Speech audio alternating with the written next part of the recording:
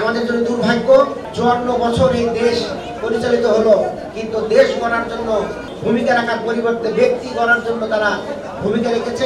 জামাত যদি ক্ষমতায় যায় তাহলে তারা আপনাদের সেবক হবে। শাহজাহানপুর পূর্ব থানার উদ্যোগে এই মেডিকেল ক্যাম্প আপনারা আমাদেরকে ধন্য করেছেন। আমাদের এই কার্যক্রম রাত 8টা পর্যন্ত চলবে।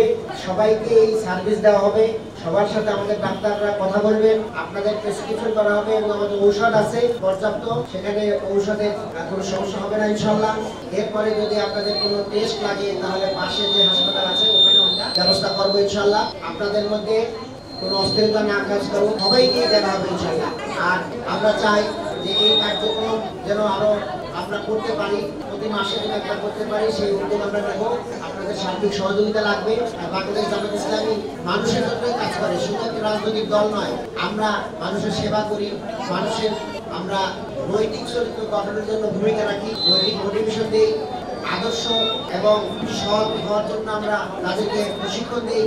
আপনারা জানেন বাংলাদেশ জামাত ইসলামের কোনো চাঁদাবাজি নাই, কোনো টেন্ডার বাজ নাই, কোনো দুর্নীতি করার লোক আমাদের মাঝে নেই। আর পাশাপাশি সমাজের দিকে তাকালে আপনারা দেখতে পান কেমন অবস্থা। এখান থেকে ফিরে আসতে হলে বাংলাদেশ একটি সৎ নেতৃত্ব গঠন করতে হবে, একটি কল্যাণ রাষ্ট্র গঠন করতে হবে। আর সেই কল্যাণ রাষ্ট্রের পূর্ব শর্ত হচ্ছে যারা নেতৃত্ব দেবেন তাদের সৎ হতে হবে, আদর্শবান হতে হবে। আমাদের জন্য দুর্ভাগ্য 54 বছর এই দেশ পরিচালিত হলো, কিন্তু দেশ গড়ার জন্য ভূমিকা রাখার পরিবর্তে ব্যক্তি গড়ার জন্য তারা ভূমিকা রেখেছে। এমপি হওয়ার আগে তাদের সম্পদ থাকে কম, এমপি হওয়ার পরে কোটি কোটি টাকার সম্পদ হয়ে যায়। এখান থেকে ফিরে আসতে হবে।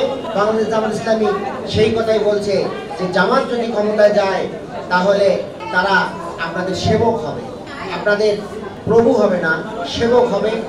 এবং আমাদের আমির বলেছেন আমাদের এমপিরা ট্যাক্সবিহীন গাড়ি নিবে না, কোনো প্লটের জন্য আবেদন করবে না, কোনো প্রকল্পের টাকা হাতে নিবে না, সবকিছু নিয়মের মধ্যেই হবে এবং দেশের মধ্যে একটি পরিবর্তন আসবে ইনশাআল্লাহ। তো আপনারা সর্বশেষ পর্যন্ত সেবা নিয়ে যাবেন।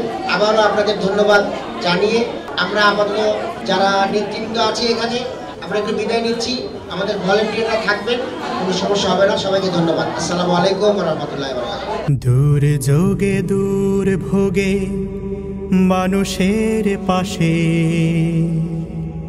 চেয়ে দেখো কারা আজ আগে ছুটে আসে।